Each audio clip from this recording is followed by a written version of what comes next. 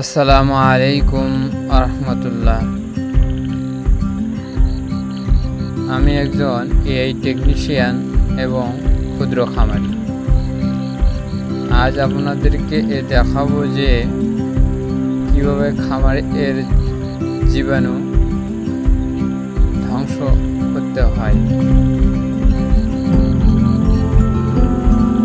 প্রথমে পরিমাণ মতো পানি এবং তাতে পটাশ মিশিয়ে দ্রবণটি তৈরি করতে হবে। তারপর একটি স্প্রে মেশিনকে দ্রবণটি নিয়ে সুন্দরভাবে খামারের ভিতরে এবং বাইরে দিকে সুন্দরভাবে স্প্রে করতে হবে। স্প্রে করার পর সকল জীবাণু ধ্বংস হয়ে যাবে। এভাবে খামারে সপ্তাহে 2-3 স্প্রে করলে খামারে রোগ জীবাণু ধ্বংস হয়ে যায়।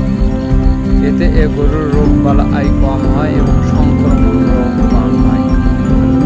তাই আমি আপনাদেরকে বলতেছি আপনারা আপনাদের খামারে সপ্তাহে 2 দিন এইভাবে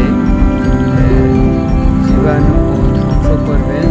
তাহলে খামারে সংক্রমণ রোগ হবে না এবং বিভিন্ন ধরনের রোগ বালাই কম হবে। আজ এই পর্যন্তই। আল্লাহ হাফেজ। সবার কাছে আশা করি কমেন্ট করবেন, শেয়ার করবেন। আল্লাহ হাফেজ।